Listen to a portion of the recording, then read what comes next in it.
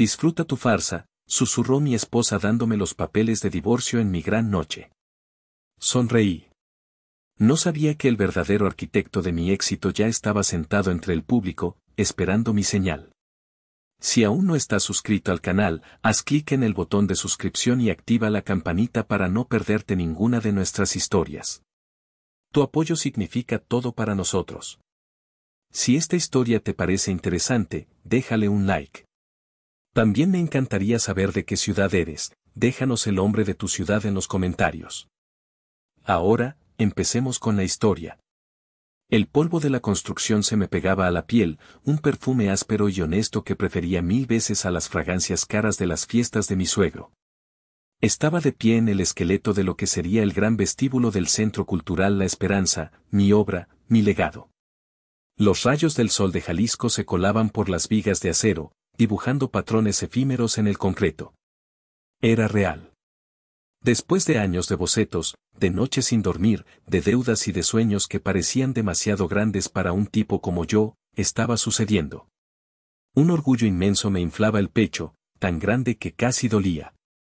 Pero debajo de él, como una corriente subterránea y fría, siempre estaba esa otra sensación, el peso. El peso de la gratitud, el peso de la duda. El peso de ser Camilo, el arquitecto del pueblo que se casó con Renata, la hija de uno de los hombres más ricos de Guadalajara. Mi mente voló a una de esas cenas familiares, hace unos 5 años. Estábamos en la terraza de su mansión, con vistas a toda la ciudad. El aire olía a jazmín y a dinero viejo. Yo intentaba explicarle a mi suegro, don Fernando, un proyecto de vivienda social en el que trabajaba. Él me escuchaba con una paciencia condescendiente, moviendo el hielo en su vaso de whisky. Cuando terminé, me puso una mano pesada en el hombro. Su sonrisa no le llegaba a los ojos. Espero que sepas lo que haces, Camilo, me dijo, su voz era suave pero cortante. Renata está acostumbrada a lo mejor. Solo a lo mejor. Esa frase se me clavó en la memoria y nunca se fue. No era una amenaza, era una declaración de principios. Para ellos, yo siempre sería un proyecto de riesgo, una inversión emocional que tenía que dar dividendos. Y Renata, mi Renata. Ella era mi mayor defensora y mi juez más severo. Ella había pagado las deudas de mi pequeño estudio cuando estuve a punto de quebrar. Ella creía en mí, o al menos, eso me decía. Tienes un talento que el mundo necesita ver, solía susurrarme por las noches. Solo necesitas el empujón correcto. Y este centro cultural era ese empujón. Era mi oportunidad de demostrarle a su familia, al mundo, y sobre todo a mí mismo, que yo era más que el esposo de Renata Serrano.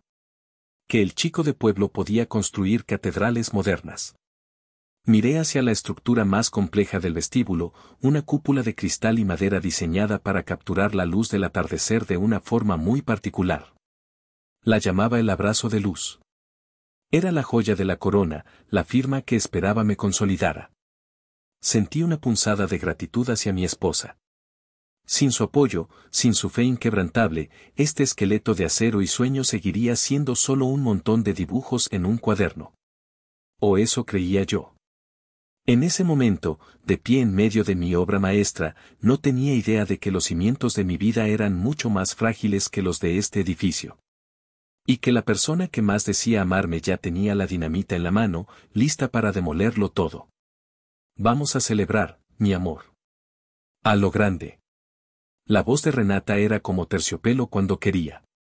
Estaba sentada frente a mí en el comedor de nuestro apartamento minimalista, un lugar que siempre se había sentido más suyo que mío. La luz de la tarde entraba por los ventanales, iluminando su rostro perfecto. Dejó su copa de vino blanco sobre la mesa de cristal con un gesto elegante. ¿Celebrar qué?, pregunté, aunque ya me lo imaginaba. Las noticias sobre el centro cultural estaban en todas las revistas de arquitectura y sociedad. Tu éxito, tontito. Tu triunfo, dijo, alargando la mano para tomar la mía. Sus dedos estaban fríos. He estado pensando. Necesitamos una fiesta. No una cena íntima. Una gala. Invitaré a todos, a los inversionistas, a los políticos que apoyaron el proyecto, a la prensa, a toda la gente que importa. Tienen que ver al genio con el que me casé. Me sentí abrumado. Una parte de mí, la parte que siempre buscaba su aprobación, se sintió increíblemente feliz. Por fin lo había logrado. Pero otra parte, una más pequeña y cautelosa, se sintió incómoda. Renata, no creo que sea necesario tanto. Claro que es necesario, me interrumpió, su sonrisa firme. Has trabajado demasiado duro para esconderte ahora. Déjame encargarme de todo. Tú solo tienes que preocuparte por verte guapo y preparar un discurso brillante. Y así, la maquinaria de Renata se puso en marcha. En cuestión de días, tenía organizadores de eventos, listas de invitados y diseños de invitaciones. Todo era impecable, caro y un poco impersonal. Se sentía como la celebración de una marca, no de un hombre. Mi mente retrocedió a un momento clave, casi un año atrás. Yo estaba bloqueado con el diseño del vestíbulo. Nada me convencía. Una noche, Renata entró en mi estudio. Llevaba una caja de madera vieja, cubierta de polvo. Estuve ordenando algunas cosas de mi hermano en el almacén de mis padres, dijo en voz baja. Se refería a Julián. Su hermano mayor, también arquitecto, un talento prodigioso que había muerto en un accidente de coche hacía 7 años. Su muerte fue una tragedia que todavía ensombrecía a la familia Serrano. Abrió la caja. Dentro había cuadernos de bocetos y notas. Eran de Julián, continuó. Quizás encuentres algo de inspiración. Él te admiraba mucho, ¿sabes? Siempre decía que tú tenías la paciencia que a él le faltaba. Piensa en esto no como una copia, sino como una colaboración entre dos grandes almas. Julián querría que tú terminaras su visión. Con un respeto casi sagrado, tomé los cuadernos. Esa noche, mientras los hojeaba, encontré una serie de bocetos conceptuales para un espacio público, ideas sobre cómo la luz natural podía convertirse en un material de construcción. Eran brillantes, crudos, llenos de potencial. Me sentí conectado con Julián de una forma que nunca antes había experimentado. Y a partir de esa semilla, mi propio diseño floreció. Un par de semanas antes de la fiesta, mi hermana Elisa vino de visita desde el pueblo. Elisa era todo lo contrario a Renata, directa, sin pretensiones y con un detector de mentiras incorporado. Mientras Renata le mostraba el carísimo vestido que había comprado para mí, Elisa me llevó a la cocina. No me gusta esto, Camilo, dijo, cruzándose de brazos. Su mirada era seria. ¿El vestido? Es un poco. No, la fiesta. Todo esto, gesticuló hacia el lujoso apartamento. Conozco a Renata. Siempre hay un motivo detrás de sus acciones. Y esta celebración se siente como un escenario. Como si estuviera montando una obra de teatro. Ten cuidado, hermano. No me fío de ella. Traté de defender a mi esposa, de decirle a Elisa que estaba siendo paranoica. Pero sus palabras se quedaron conmigo, como una pequeña astilla bajo la uña. Una obra de teatro. Un escenario. En ese momento no lo sabía, pero mi hermana, con su instinto de pueblo, había visto la verdad mucho antes que yo. La duda, una vez plantada, tiene raíces tercas. Las palabras de Elisa resonaban en mi cabeza mientras intentaba trabajar. Empecé a sentirme como un impostor en mi propia obra. ¿Cuánto de ese diseño era realmente mío? ¿Cuánto era de Julián? Renata había dicho que eran solo conceptos, pero la idea me carcomía. Un sábado por la tarde, mientras Renata estaba en uno de sus almuerzos de caridad, me encontré buscando algo en el trastero. Una pequeña habitación donde guardábamos las cosas que no encajaban en la estética perfecta de nuestro hogar. Allí, en una esquina, había varias cajas etiquetadas como Julián. Eran las que Renata no había ordenado. La curiosidad me venció. Abrí una. Estaba llena de libros de texto de la universidad, viejos proyectos y más cuadernos. Empecé a hojearlos, no buscando nada en particular, solo queriendo conectar de nuevo con el hombre cuyo trabajo había impulsado el mío. Y entonces lo vi. En un cuaderno de tapa dura, uno que reconocí como su diario de proyectos de tesis, había una página dedicada por completo a su idea sobre la luz. Había ecuaciones, dibujos técnicos y párrafos de texto denso. Mi corazón empezó a latir más rápido. Y en el centro de la página, escrito con una caligrafía elegante y precisa, estaba el título que él le había dado a su concepto. El abrazo de luz. El aire se me escapó de los pulmones. Me senté en el suelo polvoriento del trastero, sintiendo un frío que no tenía nada que ver con la temperatura. No era una coincidencia. No era inspiración. Era el nombre exacto. El mismo término poético y específico que yo había usado en mis presentaciones, el que los periodistas habían citado, el que yo creía que había nacido de mi propia alma de arquitecto en una noche de inspiración. Era suyo. Todo era suyo. Sentí una oleada de náuseas. La gratitud que había sentido hacia Renata se transformó en un horror helado. Ella no me había dado inspiración, me había entregado un proyecto terminado y lo había hecho pasar por una idea vaga. Me había utilizado. Había utilizado el legado de su propio hermano para construir mi carrera, ¿pero por qué? Esa noche, cuando ella volvió, le enseñé el cuaderno. Traté de sonar casual. Mira lo que encontré, qué curioso, ¿verdad? Julián usó el mismo nombre que yo. Renata ni siquiera parpadeó. Cogió el cuaderno, lo hojeó y soltó una risita. Ay, mi amor, siempre tan intenso. Es solo una frase bonita. Seguramente la leíste en algún momento y se te quedó en el subconsciente. No te obsesiones. Lo importante es la obra magnífica que tú creaste. Su tranquilidad fue más aterradora que cualquier confesión. No había sorpresa, no había culpa. Solo un desdén frío y calculado. En ese momento, lo supe. Elisa tenía razón. Esto era una obra de teatro. Y yo era el protagonista, pero no conocía el guión. La sensación de traición fue tan profunda, tan visceral, que por un momento quise cancelar todo. Quise gritarle, exigirle la verdad. Pero algo me detuvo. Una voz fría y nueva en mi interior me dijo que el pánico era lo que ella esperaba. La confrontación directa era su juego, no el mío. Al día siguiente, con el pretexto de verificar unas referencias para un artículo, contacté discretamente a un investigador privado que un colega me había recomendado. Un hombre discreto, caro y eficiente. Le di una tarea simple y clara: quiero un informe completo sobre el proyecto de tesis final del arquitecto Julián Serrano, incluyendo cualquier correspondencia con su profesor guía. Y lo quiero antes de la fiesta. La noche de la gala, el salón del hotel más exclusivo de Guadalajara bullía de poder.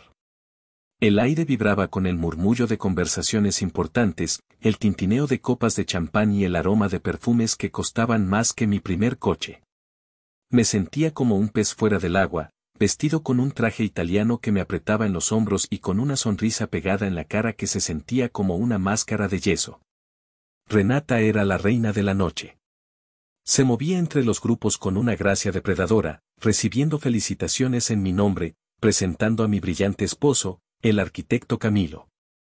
Cada vez que decía mi esposo, sentía una punzada de hielo en el estómago.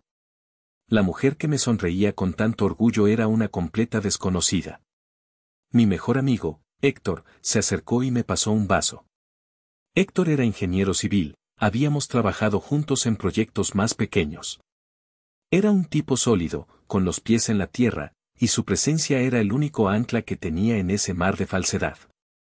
«Te ves pálido, güey», me dijo en voz baja, mirando a su alrededor. «¿Estás bien? Pareces un fantasma en tu propia fiesta». Negué con la cabeza, intentando forzar una sonrisa. «Solo son los nervios, Héctor. Mucha gente». Pero él no se lo tragó. Su mirada se desvió por un segundo hacia Renata, que en ese momento reía con un hombre alto y de cabello plateado al otro lado del salón. El hombre era Damián Figueroa, un desarrollador inmobiliario conocido por su agresividad y por ser un rival de negocios de la familia de Renata. La forma en que se miraban no era la de simples conocidos. Había una familiaridad, una complicidad que me revolvió el estómago. Ten cuidado, murmuró Héctor, antes de darme una palmada en la espalda y alejarse para saludar a un cliente. La advertencia flotó en el aire, mezclándose con la música de piano y las risas falsas. Cada minuto que pasaba, la sensación de irrealidad se hacía más fuerte. Yo era el centro de atención, el hombre del momento, pero me sentía invisible. Todos veían la fachada que Renata había construido, el arquitecto exitoso, el esposo trofeo. Nadie veía al hombre que se estaba ahogando por dentro, cuya obra maestra se había convertido en la escena de un crimen. El investigador me había enviado su informe final esa misma tarde. Un correo electrónico encriptado que abrí con manos temblorosas en el baño de mi oficina. Era peor de lo que imaginaba. No solo el concepto, sino el 95% de los planos estructurales, las soluciones de ingeniería y los detalles estéticos coincidían con la tesis no publicada de Julián.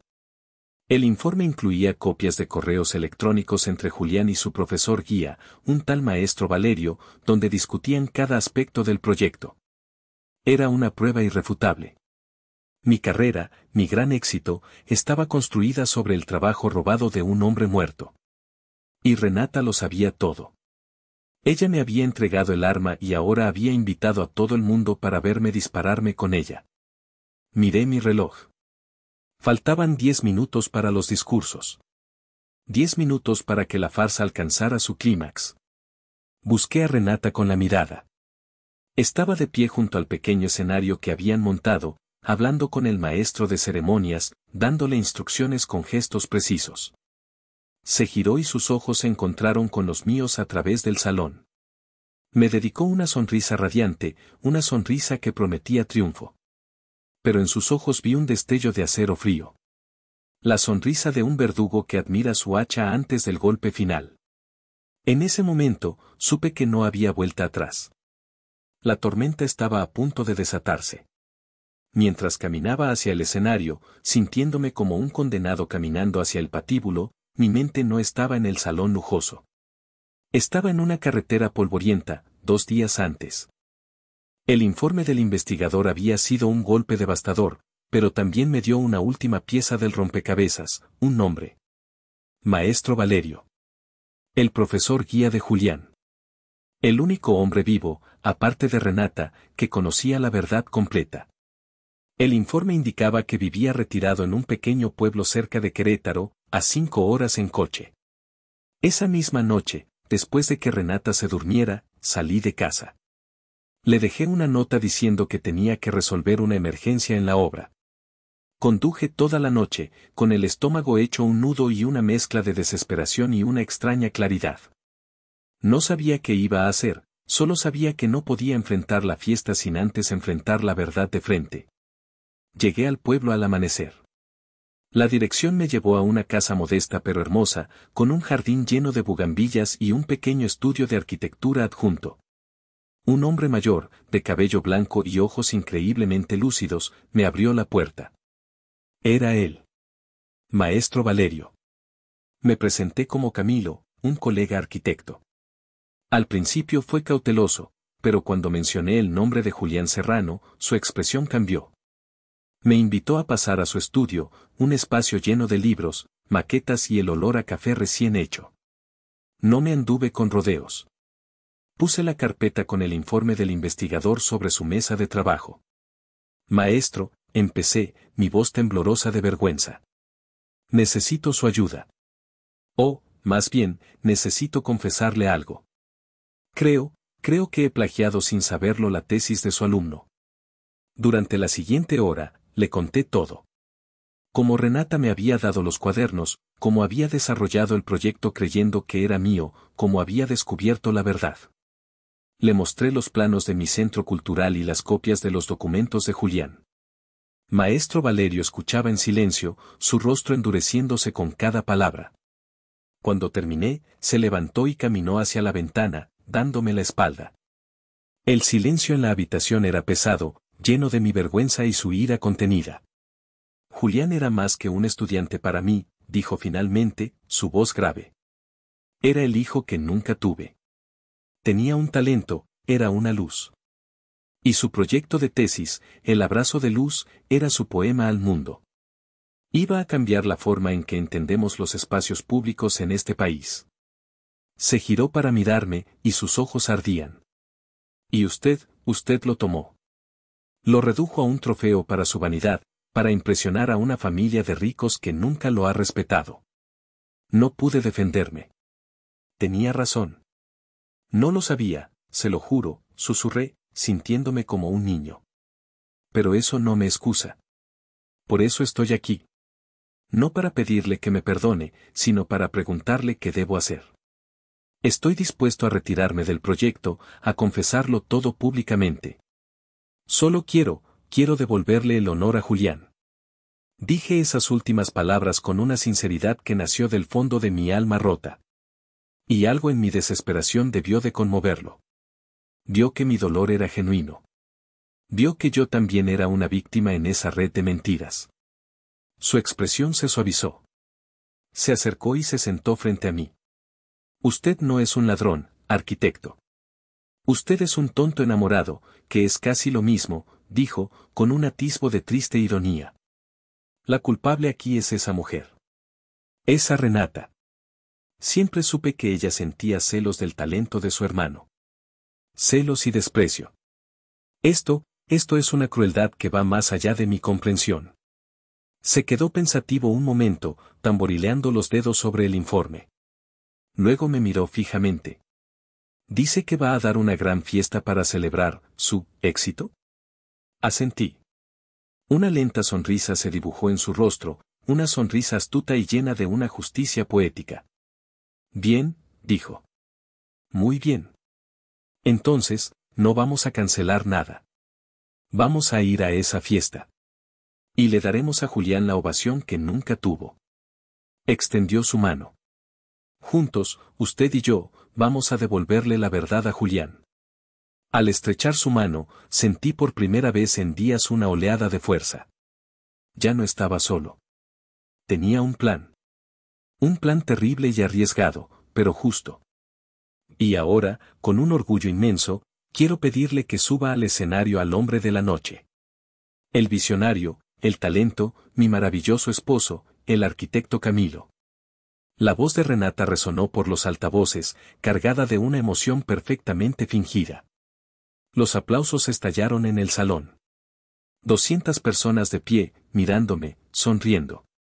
Me sentí como el emperador desnudo, solo que en mi caso, todos admiraban un traje que ni siquiera era mío. Subí los 3 escalones del escenario, cada uno sintiéndose como un kilómetro. La luz de los reflectores me cegó, pero pude distinguir la figura de Renata, esperándome en el centro. Estaba radiante, con un vestido rojo que parecía hecho de fuego líquido. Era la imagen de la esposa devota y orgullosa. Me abrazó. Su abrazo fue breve y frío, un simple trámite para las cámaras. El público aplaudía aún más fuerte. Y entonces, mientras las cámaras de los fotógrafos de sociedad disparaban sus flashes, se acercó a mi oído. Su aliento olía a champán caro y a veneno. Felicidades, mi amor, susurró, su voz apenas audible, pero supe que el micrófono de solapa que llevaba prendido en mi traje la captaría. Era una caricia antes de la puñalada. Sentí que algo se deslizaba en el bolsillo interior de mi saco. Un sobre doblado. Mis dedos lo rozaron. Papel grueso, oficial. Y entonces vino la puñalada. Su susurro cambió, volviéndose afilado como el cristal roto. Disfruta tu farsa, mi amor.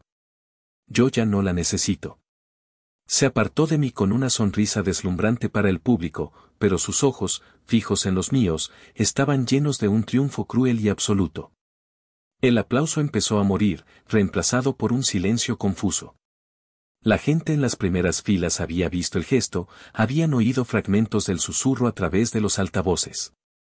Un murmullo de incertidumbre recorrió el salón. Me quedé paralizado. El calor de los reflectores se sentía como fiebre. El mundo se había detenido.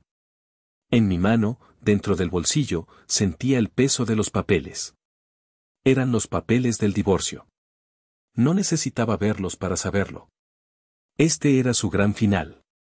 No solo me dejaba, me ejecutaba públicamente. Me despojaba de todo en una sola noche, mi esposa, mi dignidad y, como el mundo pronto descubriría, mi carrera. Miré a la multitud. Vi rostros confundidos, curiosos. Vi a mi amigo Héctor, con el ceño fruncido, intentando entender. Vi a Damián, el amante de mi esposa, de pie junto a la barra, con una sonrisa apenas disimulada. Y vi a Renata, mi esposa, la mujer con la que había compartido mi cama y mis sueños, mirándome con el desprecio de alguien que aplasta a un insecto. Quería gritar. Quería romper algo. Quería desaparecer. Sentí que mis piernas iban a fallar. La humillación era una ola negra que amenazaba con tragarme. Este era el momento que ella había planeado. Mi destrucción total. El momento en que Camilo, el arquitecto del pueblo, se rompía frente a todos. Pero entonces, recordé mi viaje. Recordé la mano firme de Maestro Valerio estrechando la mía. Recordé su promesa, juntos, devolveremos la verdad a Julián. Busqué en la multitud, más allá de las luces, en una mesa discreta al fondo del salón. Y lo vi. Maestro Valerio estaba sentado allí, observándome. No sonreía. Simplemente me miraba, con una expresión de calma y expectación. Nuestros ojos se encontraron por un segundo, y en esa mirada, encontré la fuerza que necesitaba. No me iba a romper. La obra de teatro de Renata había terminado. Ahora empezaba la mía. El silencio en el salón era tan denso que se podía cortar con un cuchillo. Todos los ojos estaban fijos en mí, esperando una reacción. Esperaban el escándalo, las lágrimas, la ira. Podía sentir su expectación colectiva, una mezcla de lástima y morbo. Renata seguía de pie a mi lado, disfrutando de su obra maestra, saboreando mi parálisis. Pero la parálisis se había ido. En su lugar, una calma fría y lúcida se apoderó de mí. Era la calma del arquitecto que ve cómo su estructura se derrumba y sabe que solo hay una forma de proceder, una demolición controlada. Respiré hondo, un sonido que pareció amplificarse por todo el salón.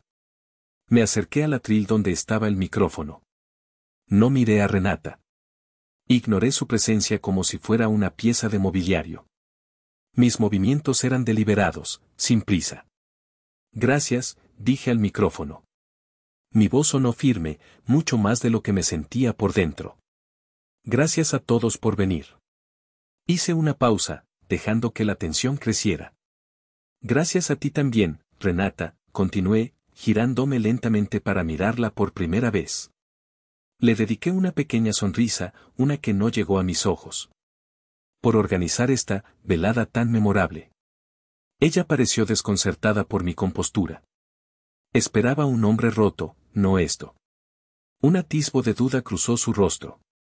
Renata tiene razón, dije, volviéndome hacia el público. Ha llegado el momento de un poco de verdad. El murmullo en la sala se intensificó.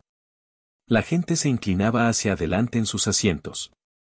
Los teléfonos móviles, que habían estado guardados, empezaron a aparecer, sus pequeñas luces rojas de grabación parpadeando en la penumbra. Esta noche, estamos aquí para celebrar una obra de arquitectura increíble. Un edificio que, espero, se convierta en un faro de cultura y esperanza para nuestra comunidad, continué, mi voz ganando fuerza. He recibido muchos elogios por este proyecto. Elogios que, he llegado a comprender, son inmerecidos. Un jadeo colectivo recorrió la sala. Vi a mi suegro, don Fernando, ponerse rígido en su asiento. Renata dio un paso hacia mí, su rostro una máscara de furia confusa. ¿Qué estás haciendo, Ciceo? Pero yo la ignoré. Verán, un gran proyecto nunca es obra de un solo hombre. Siempre hay gigantes sobre cuyos hombros nos apoyamos. Y yo me he apoyado en los hombros de un gigante que ya no está con nosotros. Mi mirada barrió el salón, pasando por encima de los rostros de los inversionistas y los políticos, hasta encontrar la mesa del fondo. Esta noche, me gustaría corregir un terrible error. Porque el genio detrás de este proyecto, la mente brillante que concibió su elemento más hermoso, el abrazo de luz, no soy yo. Hice una pausa dramática, asegurándome de tener la atención de cada persona en esa sala. Por eso, quiero presentarles a alguien. Un invitado de honor que no estaba en la lista de Renata. Quiero presentarles al verdadero mentor, al maestro que guió al arquitecto original de esta obra. Damas y caballeros, por favor, denle un aplauso al gran maestro Valerio. Y con un gesto de mi mano, señalé hacia la mesa del fondo. Un foco, que yo mismo había instruido al técnico que preparara, se encendió, iluminando la figura del anciano. Maestro Valerio se puso de pie lentamente, con la dignidad de un rey exiliado a punto de reclamar su trono. La confusión en el rostro de Renata se convirtió en pánico puro. Sus ojos se abrieron como platos, mirando de Maestro Valerio a mí. Su boca se abrió, pero no salió ningún sonido. Su farsa, tan meticulosamente planeada, se le acababa de salir del guión. Maestro Valerio caminó hacia el escenario con la parsimonia de un hombre que sabe que el tiempo está de su lado. No parecía un anciano frágil, sino una fuerza de la naturaleza. El silencio en el salón era absoluto, roto solo por el sonido de sus zapatos de cuero sobre la tarima. Le cedí el micrófono y me hice a un lado, convirtiéndome en un espectador más. Renata y Damián estaban petrificados. Podía ver el engranaje en sus mentes girando a toda velocidad, tratando de procesar esta variable imposible. Buenas noches, dijo el maestro, su voz era profunda y resonante, la voz de un profesor acostumbrado a capturar la atención de cientos de alumnos. Mi nombre es Valerio, y hace muchos años tuve el honor de ser profesor de arquitectura. No soy un hombre de fiestas ni de discursos, pero he venido desde muy lejos esta noche porque hay una deuda de honor que debe ser saldada. No miró a Renata. Su mirada se dirigió a la gran pantalla que había detrás del escenario, que hasta ahora solo mostraba el logotipo del evento. La arquitectura, continuó, es más que ladrillos y acero. Es la memoria hecha visible. Es la historia contada en silencio. Y esta noche, hemos oído hablar de un gran edificio. Pero no hemos oído hablar del alma que lo imaginó. Señaló a la cabina técnica. Por favor, pongan la primera imagen. En la pantalla gigante apareció una fotografía en blanco y negro. Un joven de unos 20 años, con una mirada intensa y una sonrisa tímida, inclinado sobre una mesa de dibujo. Era Julián Serrano. Renata soltó un pequeño grito ahogado. Su padre, don Fernando, se medio levantó de su silla. Este era Julián, dijo el maestro Valerio, su voz teñida de afecto. Mi alumno más brillante. Un poeta del espacio y la luz. Julián no solo quería construir edificios, quería construir sentimientos. Soñaba con un lugar que pudiera abrazar a la comunidad, un lugar donde la luz no solo iluminara, sino que también sanara. En la pantalla, la imagen de Julián fue reemplazada por un boceto a lápiz. Era un dibujo conceptual, pero inconfundible. Era la primera versión del vestíbulo del Centro Cultural. Durante 2 años, Julián y yo trabajamos en su proyecto de tesis. Lo llamaba su poema de luz. Pasamos cientos de horas discutiendo cada línea, cada ángulo, cada material. Él estaba obsesionado con una idea que llamó el abrazo de luz. El maestro hizo una pausa. La misma frase que yo había pronunciado minutos antes, ahora saliendo de sus labios, adquiría el peso de la verdad absoluta. Una nueva imagen apareció en la pantalla. Era una página del cuaderno de Julián, la misma que yo había encontrado. La caligrafía elegante, los cálculos, y en el centro, el título, El abrazo de luz. Este no era un concepto vago, explicó el maestro, anticipándose a cualquier defensa. Era un sistema estructural y estético completamente desarrollado. Una innovación que combinaba la ingeniería con el arte de una forma que yo nunca había visto. La presentación continuó. Diapositiva tras diapositiva, la pantalla mostraba los planos originales de Julián, sus notas, sus modelos a escala. La evidencia era abrumadora, incontestable. No se trataba de una inspiración, era un manual de instrucciones detallado. El salón entero estaba presenciando, en tiempo real, el desenmascaramiento de un fraude monumental. Finalmente, el maestro Valerio se giró y me miró. El arquitecto Camilo vino a verme hace 2 días. No vino a pedirme silencio, ni a ofrecerme dinero. Vino con la verdad en la mano y la vergüenza en el corazón. Vino a confesar un error y a pedir una forma de restaurar el honor de un colega al que nunca conoció. Se necesita coraje para construir un edificio, pero se necesita un coraje mucho mayor para admitir que los cimientos no son tuyos. Se volvió de nuevo hacia el público. El legado no se puede robar, concluyó, su voz resonando con una autoridad moral que aplastó cualquier duda. Solo puede ser honrado. Y esta noche, gracias a la valentía de Camilo, no estamos celebrando una mentira. Estamos, por fin, honrando el verdadero y brillante legado de Julián Serrano. El maestro terminó de hablar. El silencio que siguió no fue de confusión, sino de comprensión. Un silencio pesado, cargado de juicio. Y todo ese juicio estaba dirigido a una sola persona. Todos los ojos del salón se volvieron hacia Renata. Ya no era la anfitriona glamurosa, la reina de la noche. Era una acusada en el centro de un tribunal improvisado. Su rostro, antes tan compuesto, estaba desfigurado por una mezcla de pánico y rabia. Y mentira, gritó, su voz aguda y estridente, rompiendo el hechizo de solemnidad. Todo es una mentira. Se abalanzó hacia el micrófono que yo había dejado en el atril. Este viejo no sabe lo que dice. Y tú, me señaló con un dedo tembloroso. Tú eres un ingrato, un don nadie. Yo te saqué del lodo, te di un nombre, te di una vida. Todo lo que tienes es gracias a mí. Su máscara de dama de la alta sociedad se había hecho añicos, revelando el rostro feo y retorcido del desprecio que siempre había sentido por mí. Su ataque no era una defensa, era una confesión. En su histeria, estaba confirmando todo lo que el maestro Valerio había insinuado. Ese proyecto era de mi familia. Le pertenecía a mi hermano, por lo tanto, me pertenecía a mí. Yo decidí dártelo como se le da un hueso a un perro hambriento. Y así es como me pagas, humillándome frente a todos. La crudeza de sus palabras conmocionó al público.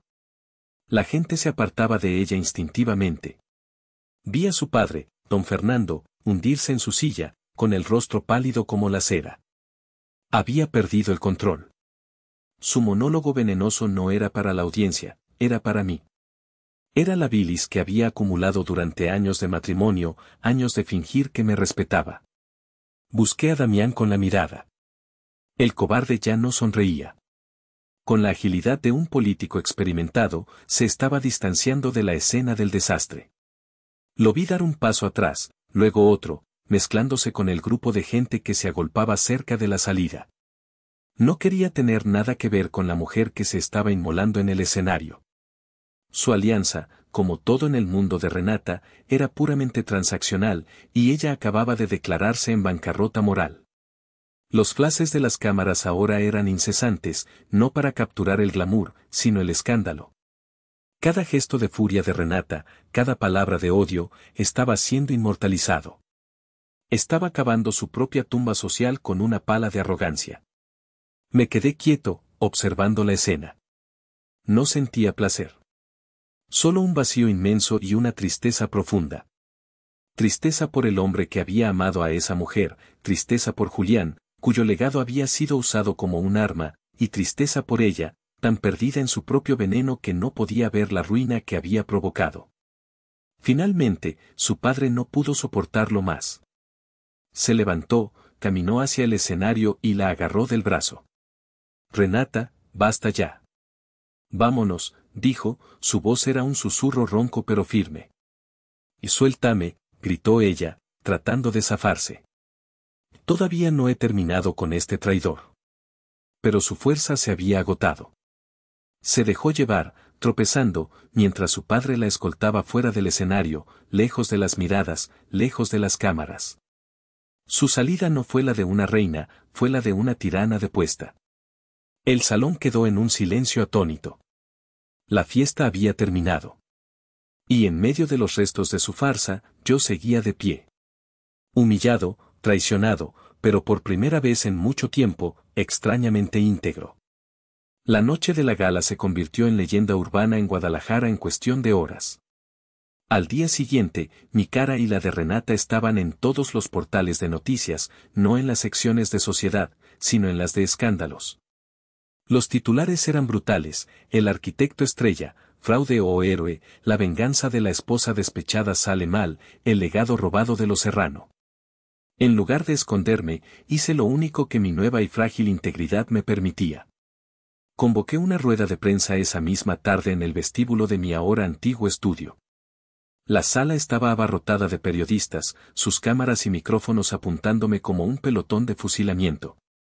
No preparé un discurso. Simplemente hablé desde el corazón. Ayer, muchos de ustedes fueron testigos de un evento privado que se hizo dolorosamente público. Comencé, mi voz tranquila. No estoy aquí para hablar de mi matrimonio. Estoy aquí para hablar de arquitectura y de honor. Conté la historia completa, sin omitir mi propia ceguera y mi error al no investigar antes. Admití mi ingenuidad. Y luego, hice el anuncio que todos esperaban. A partir de este momento, renuncio formalmente como arquitecto principal del proyecto del Centro Cultural, declaré. Además, he presentado una solicitud formal al comité y a los inversionistas para que el centro sea renombrado. Debería llamarse Centro Cultural Julián Serrano, en honor a su verdadero y único autor intelectual. Añadí que donaría cualquier honorario que ya hubiera recibido a un nuevo fondo de becas para jóvenes arquitectos de bajos recursos, que sería administrado por el maestro Valerio. Las preguntas que siguieron fueron incisivas. ¿Renata me demandaría? ¿Los inversionistas se retirarían? ¿Mi carrera estaba acabada? Respondía todo con calma y honestidad. Dije que aceptaría cualquier consecuencia legal de mis acciones y que el futuro de mi carrera era secundario a la restauración de la verdad. La reacción fue mixta. Algunos me vieron como un tonto, otros como un oportunista que se adelantó al escándalo. Pero un número sorprendente de personas, especialmente dentro de la comunidad de arquitectos, me vio de otra manera. Empezaron a llegar mensajes de apoyo de colegas que respetaban mi decisión de sacrificar mi mayor éxito en el altar de la ética profesional. En cuanto a Renata, desapareció. Se encerró en la mansión de sus padres, negándose a hablar con la prensa.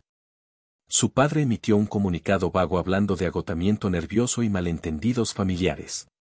Damián, por su parte, le dijo a un periodista que su relación con Renata era estrictamente profesional y que estaba consternado por las revelaciones. El barco se hundía y las ratas eran las primeras en saltar. El divorcio fue rápido y silencioso. Ella no quería más publicidad. Lo perdí todo en el acuerdo, el apartamento, los ahorros que habíamos acumulado, todo. Salí de ese matrimonio con una maleta de ropa y mi dignidad. Y me pareció un intercambio justo. 6 meses después. El aire de mi pueblo natal olía a tierra mojada y a flores, no a contaminación y ambición. Mi nuevo estudio era una pequeña habitación en la parte trasera de la casa de mi hermana Elisa, con una mesa de dibujo, un ordenador y una ventana que daba a un patio donde mis sobrinos jugaban al fútbol. Héctor, mi fiel amigo, se había asociado conmigo.